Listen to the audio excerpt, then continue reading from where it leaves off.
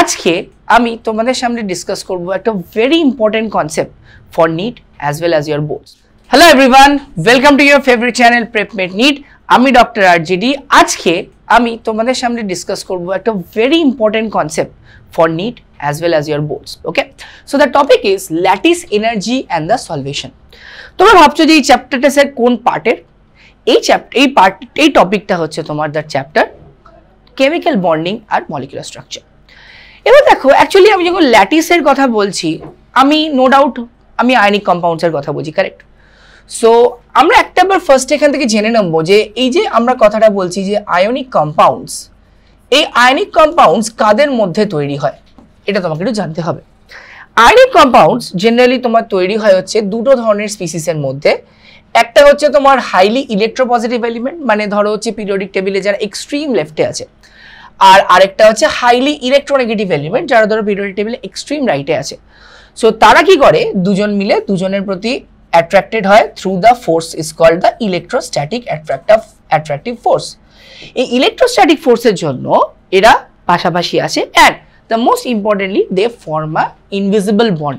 Basically তাহলে ionic bond বলে কোনো বন্ডই হয় না, it is basically a force, nothing but a force. কিন্তু যে তুমি ফোর্সের কথা বলছি, তো ফোর্সের কোনো ডাইরেকশনাল হয় না এখানে। মানে আমি যদি বলি পজিটিভ টু নেগেটিভ, আমি একটা ডাইরেকশনে আছে, কিন্তু আমি যদি একটু ভালো করে ডিটেলসে ভাবি, এটা যদি আমার ক্যাটায়নটা হয়, এটা যদি আমার অ্যানায়নটা হয়, সো বেসিক্যালি আমার ক্যাটায়ন টু অ্যানায়ন এখানে একটা চার্জ ফিল্ড তৈরি হয়। ক্যাটায়ন টু অ্যানায়ন আমার এখানে একটা চার্জ ফিল্ড তৈরি হয় এখানে একটা, এটা তোমরা জানো, এটা তোমরা অলরেডি জানো। তো এই যে চার্জ ফিল্ডটা যেটা তৈরি হয়, এই ফিল্ড তৈরি হওয়ার ফলে কি হয়, আমার আদার্স যারা অ্যানায়ন্স আছে তারা এই ক্যাটায়নের চারিদিকে এসে অ্যাসেম্বলড হয়, আর যারা আদার্স ক্যাটায়ন আছে তারা এই অ্যানায়নের চারিদিকে এসে অ্যাসেম্বল হয়। তার মানেটা কি? তার মানে হচ্ছে একটা ক্যাটায়ন আর একটা অ্যানায়ন শুধু একটা মলিকিউলের মধ্যে থাকে না। লাইক ওয়াটারে আমরা বলতে পারি যে একটা অক্সিজেন দুটো হাইড্রোজেন থাকে, এখানে আমি কখনোই বলতে পারবো না যে একটা সোডিয়াম ক্লোরাইডের মধ্যে একটা সোডিয়াম একটা ক্লোরিন একটা বন্ড তৈরি করে বসে আছে, না, এটা কখনোই পসিবল না, এটা বলাটা বললে ভুল বলা হবে। সো এইটার ক্ষেত্রে যদি আমি খুব ভালো করে দেখি, আমি দেখব যে one cation will be surrounded by anions, আর one anion will be surrounded by a group of cations, n number of cations দিয়ে আমার সারাউন্ডেড হলো।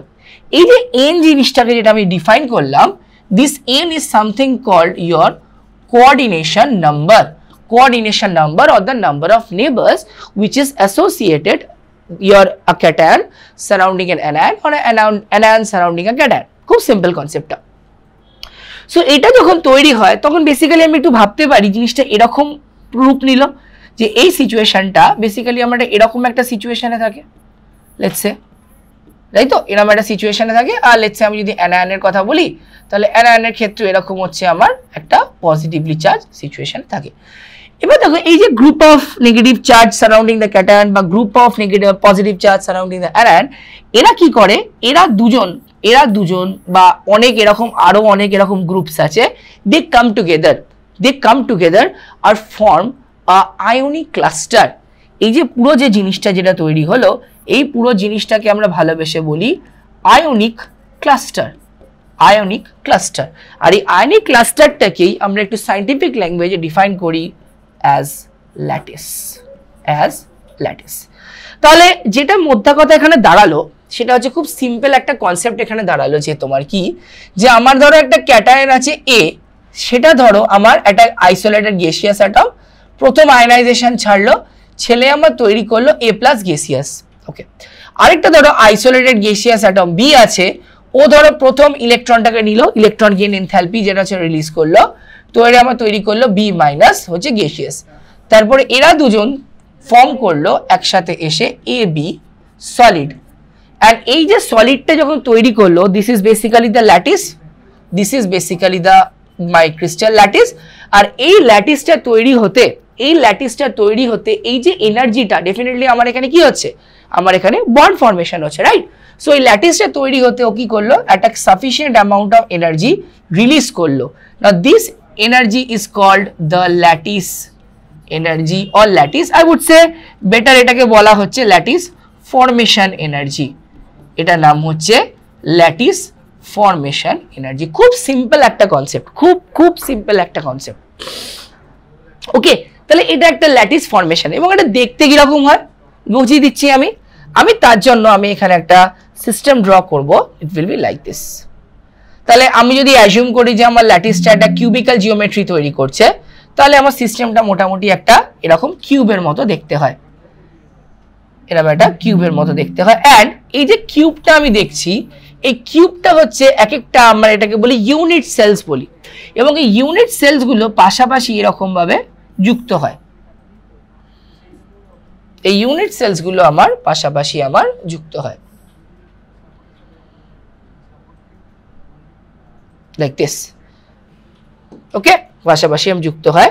এবং আমি যদি খুব ভালো করে এখানটাতে দেখি, আমার এইটা যদি আমার ক্যাটায়নটা হয়, লেটস সে এটা যদি আমার ক্যাটায়নটা হয়, তাহলে একটা আবার মনে রাখবে এর চারিদিকে মানে কোন কোন রিজিয়ন গুলো, দিস ওয়ান, তারপরে হচ্ছে দিস ওয়ান, তারপরে হচ্ছে দিস ওয়ান, তারপরে হচ্ছে দিস ওয়ান, মানে ডাইরেক্টলি দ্য ক্যাটায়নের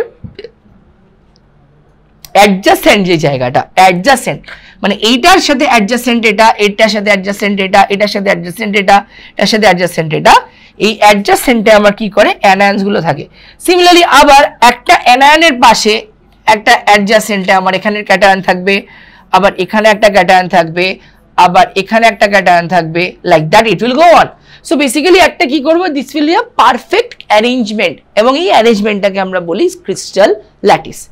এবার এই যে বন্ডটা আমরা দেখছি না, এই যে বন্ডটা যেটা, এটা একটা কোনো, আমি বলবো এটা কোনো ভার্চুয়াল বন্ড নয়, বিকজ আমরা যখন কোনো ল্যাটিস, তোমরা সলিড স্টেটও পড়েছো যখন, অলদো এই চ্যাপ্টারটা এনএমসি আপডেটেড সিলেবাস থেকে বাদ দিয়ে দিয়েছে, বাট বেসিক কনসেপ্টস হিসেবে যদি আমরা একটু ভাবতে পারি জিনিসটা হচ্ছে এরা কিন্তু একটা ক্লোজড প্যাক স্ট্রাকচার তৈরি করে, তাই না? এরকম ভাবে এরা একটা স্ট্রাকচার তৈরি করে, that structure is called closed pack structure তৈরি করে, ক্লোজ প্যাক স্ট্রাকচার তৈরি করে। এবং এইটা যেটা আমি বন্ড দেখছি, এটা কিন্তু এত বড় বন্ড নয়, এটা একটা ক্লোজ প্যাক স্ট্রাকচার, মানে ধরে রাখো পাশাপাশি দুটো তিনটে বল বা ইনফাইনাইট নাম্বার অফ বলস বা একসাথে আছে। সো সিম্পলি আমরা ভাবতে পারো যে তোমাকে ধরো লেটস সে 1 লরি সফট বল দেওয়া হলো এবং তোমাকে বলা হলো যে তুমি তোমার ঘরের মধ্যে সফট বলটাকে ঘরটাকে তোমাকে সফট বল দিয়ে ভরতে হবে লেটস সে। তো তুমি কি করবে? তুমি ডেফিনেটলি গিয়ে ডাম্প তো করে দেবে না পুরো বলগুলোকে তোমার ঘরের মধ্যে, রাইট? তুমি কি করবে? একটা কর্নার দিয়ে স্টার্ট করবে, একটা কর্নারে পর পর পর পর পর পর ধরো অ্যালং একটা কর্নার বসালে, আবার কি তার উপর আবার পর পর পর বল বসে, এই যে অ্যারেঞ্জমেন্টটা তুমি পাবে that is called a close pack arrangement. ঠিক আছে, তাহলে এই অ্যারেঞ্জমেন্টটা আমার ক্রিস্টাল ল্যাটিসগুলোতে দেখা যায়। কিন্তু আমাদের এটা তো অবজেক্টিভ নয়, আমাদের অবজেক্টিভটা অন্য জায়গায়। আমাদের অবজেক্টিভ হচ্ছে আমরা এটাকে কি করে ভাঙবো। খুব সিম্পল একটা কনসেপ্ট আছে। কনসেপ্ট হচ্ছে এরকম যে তখন আমার ধরো এটা একটা ক্রিস্টাল ল্যাটিস আছে, ক্রিস্টাল ল্যাটিস আছে এখানটাতে, আমি এটা এজ নিয়ে বোঝাচ্ছি। লেটস সে আমার এখানে আমার ক্যাটায়নটা আছে, আর লেটস সে এখানে আমার অ্যানায়নটা আছে, লেটস সে এখানে আমার অ্যানায়নটা আছে। এবারে আমি কি করছি, আমি হচ্ছে ওয়াটার মলিকিউল দিয়ে পাঞ্চ করছি এটাকে, যাতে ওয়াটার সলিউবল হয়ে যায়।